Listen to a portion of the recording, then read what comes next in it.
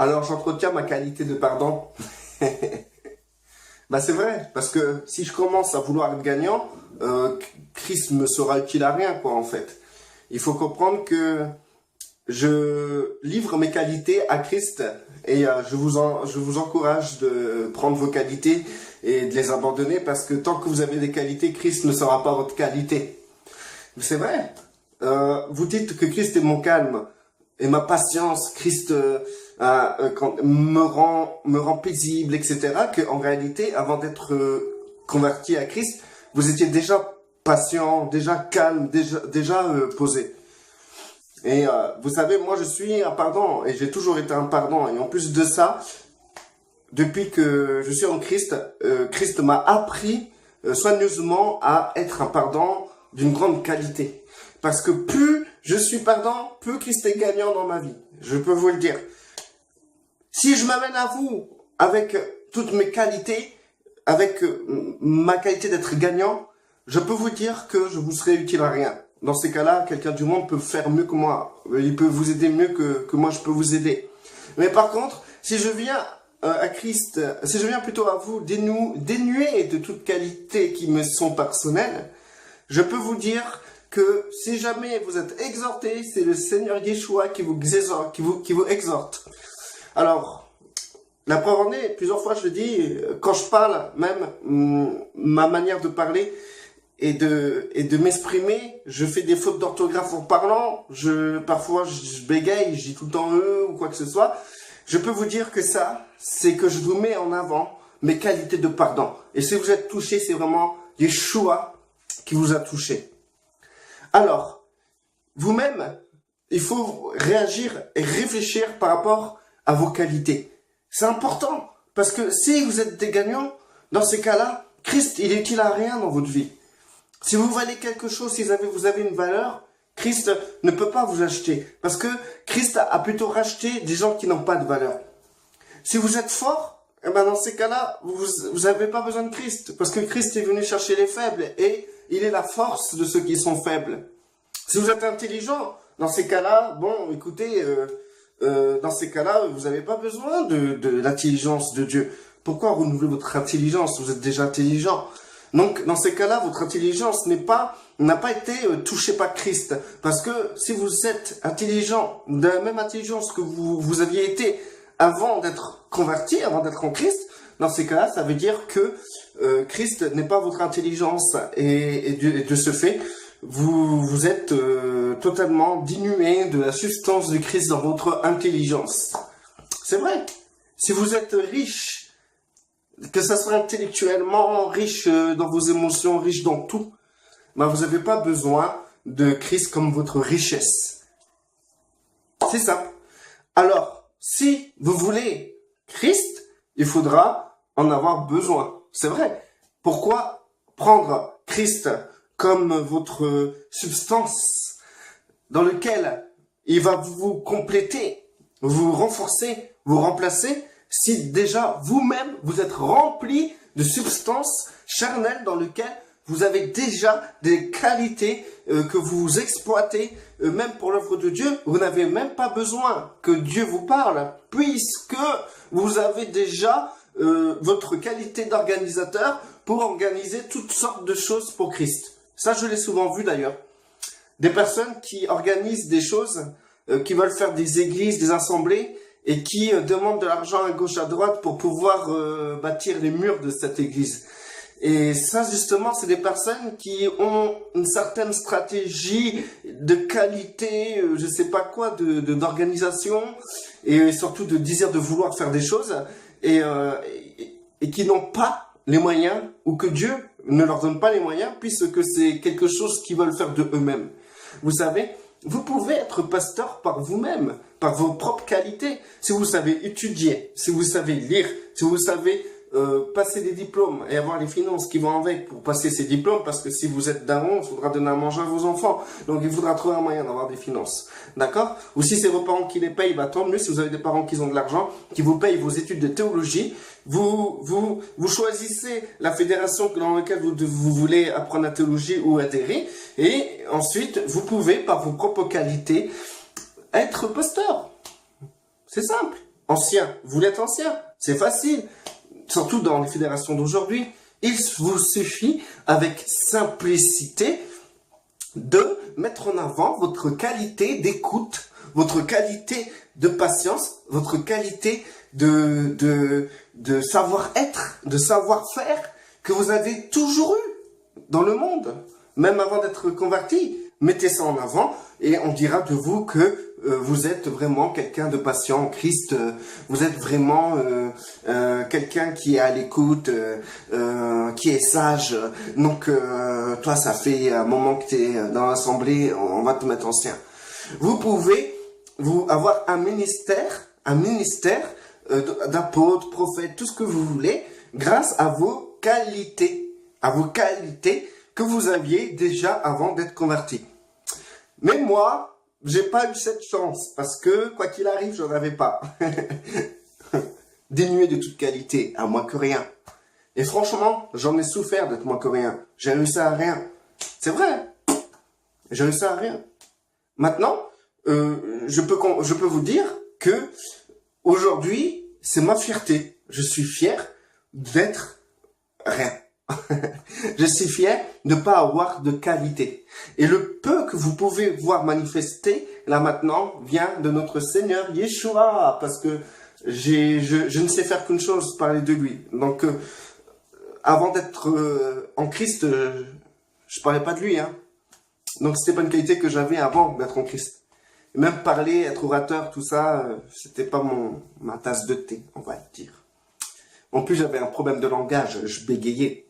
Et j'ai souvent, avant je faisais des fautes d'orthographe, maintenant je fais des fautes d'orthographe en parlant, mais avant c'était catastrophique. Hein. Alors là, d'ailleurs, je savais que dire des bêtises. Et en plus de ça, question avantage, intelligence, j'ai pas été loin dans les études. Et j'en ai pas honte. J'en ai pas honte. Pourquoi avoir honte? Ouais, moi j'ai plus rien à faire avec ce monde. Maintenant, si je dois aller travailler, si je dois ramasser des poubelles pour travailler, avoir de l'argent, j'irai ramasser les poubelles, pour avoir de l'argent, je m'en fous. C'est pas quelque chose qui est important pour moi, puisque ma richesse, c'est Christ. Ce qui est important pour moi, c'est Christ. Bon, entre guillemets, mon taf, c'est pas ramasser les poubelles. Hein. Bon, voilà. Donc, mais si je dois le faire, je le ferai pour notre Seigneur Yeshua. Il n'y a aucun souci. Je le ferai en souriant tous les matins, en ramassant les poubelles. Et je dirai, Seigneur, je te rends gloire pour cette odeur qui me remonte dans le nez, parce que cette odeur de ces poubelles et les poubelles que je ramasse me permettent de manger, de donner à manger à mes enfants. Gloire à toi, Seigneur. Merci. Eh oui. Bon, je sais même pas pourquoi je parle de poubelles. C'est peut-être la valeur de ma personne. Lorsque Christ m'a racheté, j'étais une poubelle peut-être. Une poubelle dans laquelle j'avais peut-être la même odeur que les déchets de ces poubelles. Lorsque les gens me parlaient, je vais dégager de ces mauvaises odeurs, quelque chose de sérieux. D'ailleurs, je comprends pas pourquoi aujourd'hui, ma femme elle est restée fidèle avec moi jusqu'à aujourd'hui. Dieu bénit là. Hein. Donc, du coup, il faut que vous sachiez, vous avez vu le problème de langage. C'est pour ça que si vous êtes exempté par mes vidéos, c'est que vraiment, c'est Yeshua qui agit. Hein, parce que moi, qu'est-ce que je peux vous donner de plus que je peux rien vous donner, quoi. Si je vous donne de moi, ça va sentir mauvais, je vous le dis direct. Hein. Donc, du coup, j'en étais où? En plus, j'ai même pas de mémoire. Vous vous rendez compte? Donc, vraiment, si j'arrive à vous sortir des versets ou des passages de la Bible, c'est vraiment Christ, c'est ma substance. Christ est tout en moi. Et là où j'avais peut-être des qualités, eh ben, tant que je l'ai gardé et je l'ai conservé comme acquis dans ma vie en Christ, ma Christ pouvait pas être cette substance. Si par exemple ma qualité c'était par exemple écriture, dans ces cas-là, tant que je gardais cette qualité-là comme acquis en Christ, en sachant que c'est des choses que j'avais déjà avant d'être en Christ, eh ben Christ ne pouvait pas être la substance de cette qualité-là. Du coup, en gardant cela, Christ ne peut pas s'accaparer de ça. Donc du coup, il faut apprendre à déposer vos qualités, tous vos avantages à la croix. C'est important, parce que tout ce que vous retenez, c'est tout ce que Christ ne peut pas être. Donc, Christ veut être tout en tous, car Christ est tout en tous. Dans ces cas-là, si vous voulez vraiment que Christ soit tout dans tous les détails de votre vie, il y a des choses que vous devez abandonner. Et vous savez, moi je connais des personnes qui sont patientes et qui l'ont toujours été. Même depuis qu'ils sont nés, ils sont patients ces gens-là. Et ces gens-là, en Christ, ils sont très bien vus. À côté d'un nerveux comme moi, je peux vous dire que l'autre, il se fait passer pour un bouddhiste. Hein. Je dis franchement, c'est exactement ça, quoi. Du coup, je peux vous dire, par exemple, un bouddhiste qui vient au Seigneur, il y aura des grandes qualités. Il y aura la patience, le calme. Il sera tout doux, il parlera tout doucement, il fera pas des gestes quand je parle, il sera posé, etc. Mais cette personne, quand elle viendra avec Christ, il faut savoir que tout ce bagage que cette personne a, ça ne le dépose pas à la croix, ce sera un bagage charnel. Vous avez des tas d'avantages qui sont totalement charnels. Il y a des tas de pasteurs qui sont charnels. Des gens qui se disent apôtres, mais qui sont charnels. Des personnes qui se disent prophètes, mais qui sont totalement charnels. Parce que ces personnes-là ont des grands avantages qu'ils n'ont pas déposés à la croix et que Christ n'est pas leur substance. Dites-vous une chose, par exemple, un prophète. Je sais qu'il y a des gens qui disent qu'il n'y a pas de prophète qui existe, etc. Mais il existe dans le monde maintenant chrétien des tas de personnes reconnues comme prophètes. D'accord? Donc moi je suis pas là pour dire s'il y a vraiment des prophètes ou pas de prophètes aujourd'hui. Je suis là, pas là pour parler de ça. Si vous voulez mon avis, venez me voir en privé et peut-être si vraiment j'ai envie de vous répondre, je vous répondrai. D'accord? Donc du coup, maintenant, ce que je peux vous dire, c'est que ces personnes-là ont déjà un avantage. Cet avantage, c'est que même avant d'être en Christ, ils avaient déjà une analyse énorme dans leur tête. C'était des machines à analyser. Moi, j'étais une machine à analyser. Par contre, ça, c'était vraiment un avantage que j'avais. J'analysais tout et tout le monde. Je calculais tout. Et en plus de ça, voilà les livres de psychologie que j'ai épluché. Donc, je pouvais comprendre le caractère, ce qui motive les gens, etc. Je pouvais comprendre justement les individus qui sont en face de moi. Pas à 100%, mais j'étais quand même dans une bonne marge des choses. Donc, maintenant, le fait que je suis venu à Christ, j'ai eu cette habitude encore d'analyser ces gens de la même manière. Et jusqu'au moment où où le Seigneur m'a repris. Et du coup, aujourd'hui, je suis plutôt dans cette pensée-là que je ne peux pas sonder le cœur des hommes. Je ne peux pas sonder le cœur ni le rein des hommes. Et ça, ça vient de Dieu. Et ça m'a porté préjudice.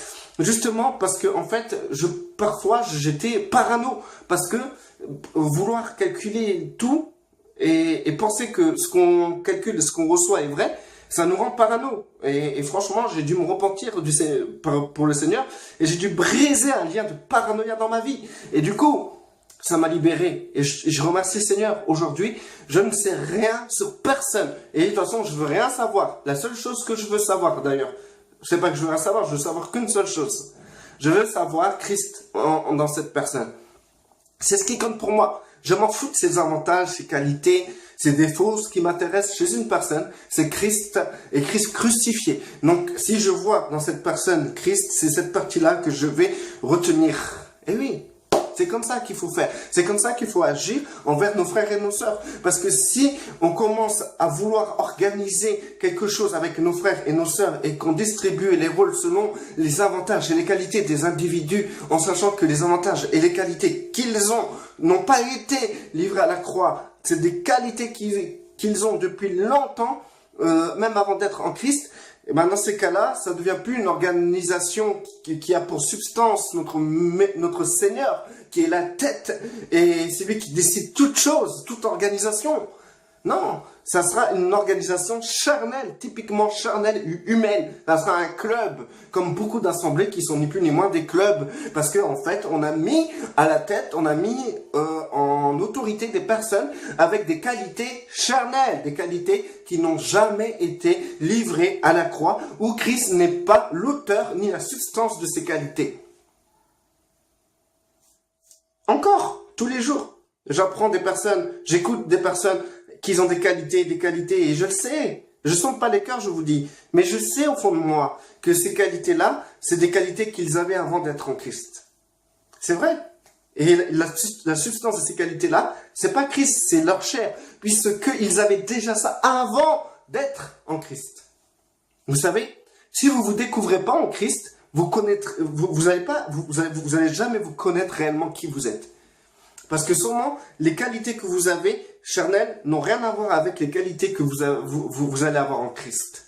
Bien sûr, moi je me suis découvert quelque chose de nouveau en Christ. Nous sommes des nouvelles créatures en Christ. Donc si je retrouvais la même chose que j'avais avant, avant d'être en Christ, si je retrouvais la même chose maintenant, en Christ, ça veut dire qu'en fait je suis pas devenu une nouvelle créature. J'ai simplement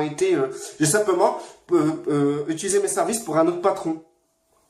Non, tout est nouveau en Christ. C'est-à-dire que vous êtes une nouvelle créature et vous avez des nouvelles qualités, des nouvelles identités, une nouvelle personnalité et des nouveaux avantages. Donc, du coup, il faut pas avoir peur de livrer toutes choses à Christ.